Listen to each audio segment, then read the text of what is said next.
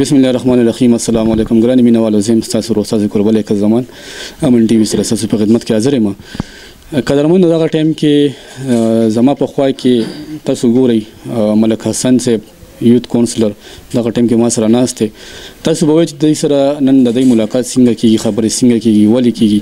زه به تاسو ته دا ووایم چې تاسو یو ورځ نیمه مخکې د قاسم بی او زما ویډیو کتلې وه، په هغې کې د امبولانس حوالې سره خبرې شوې وې چې امبولانس کې چا منډې تنډې والې دي، هلې ځلې کړي دي، کومو ملګرو پکې اکټیویټیز کړي دي، نو هغه مرګري به زه ته په فرنټ باندې راولم.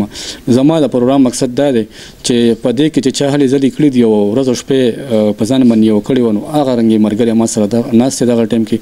نو حسن بی را سره ناست دی، په دې کې دی ډېر زیات هلې ځلې کړي دي، ډېر زیات اکټیویټیز یې کړي دي او زیاتره محنت چې کوم دی نو عمده د هغه یوت نوجوانانو دی.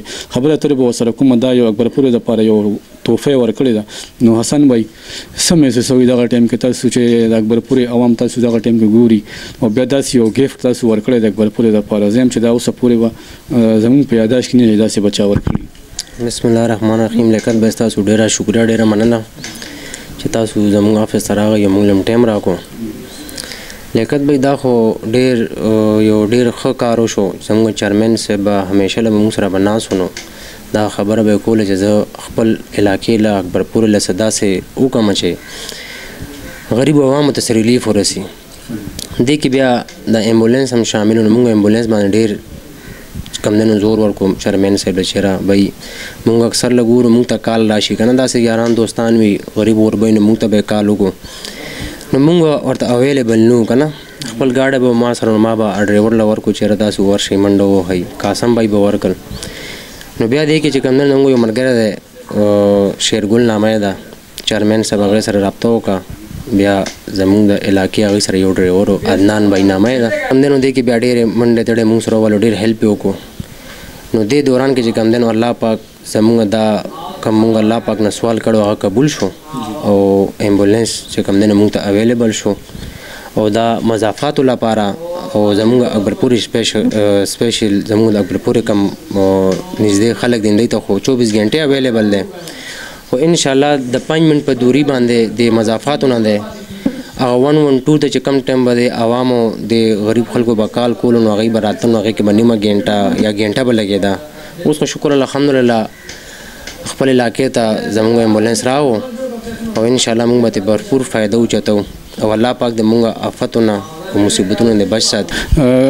حسن بی ستاسو ټایم ډېر نه خرابومه، ماشاءالله تاسو ډېرې درنې درنې خبرې وکړي او زما د تپوس نه علاوه تاسو ټولې خبرې چې دی نو عوامو ته مینوالو ته وړاندې کړي.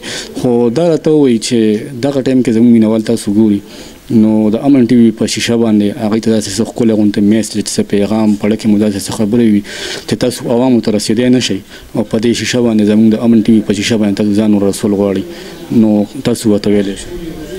زه خپل د اکبرپورې سپیشلی اکبرپورې نوجوانانو ته دا پیغام ورکول غواړم چې څنګه زموږ د معاشره کې بد امني زیاته شوه.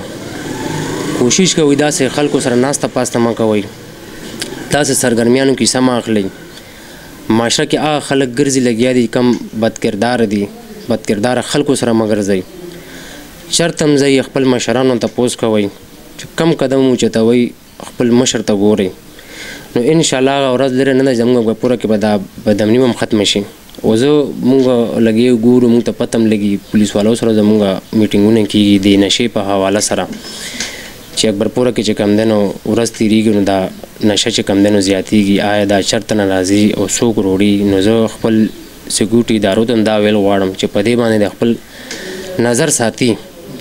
انشاءالله موږ هم ورسره ولاړ یو په هر ځای کې. اکبرپورې لپاره دا زموږ خاوره ده، دې خاوره باندې زموږ ځان هم قربان دی او انشاءالله چې څه قسمه خدمت وي موږ به انشاءالله 24 غنټې د خپل عوام لپاره اویلیبل یو او هر قسم خدمت لپاره موږ تیار یو.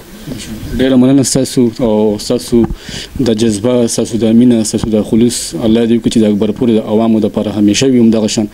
ډېره ډېره مننه ستاسو د ټایم راکولو.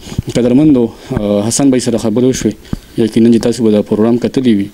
پروګرام راغونډوم په دې هیله باندې چې تاسو به موږ ته لکه د همیشه په شان دعاګانې کوئ، موږ به تاسو هم د همیشه په شان دعاګانو کې یاد ساتو چې کوم ځای کې مو صحیح ښاد آباد اوسئ، بریالي اوسئ. د لوی الله په امان.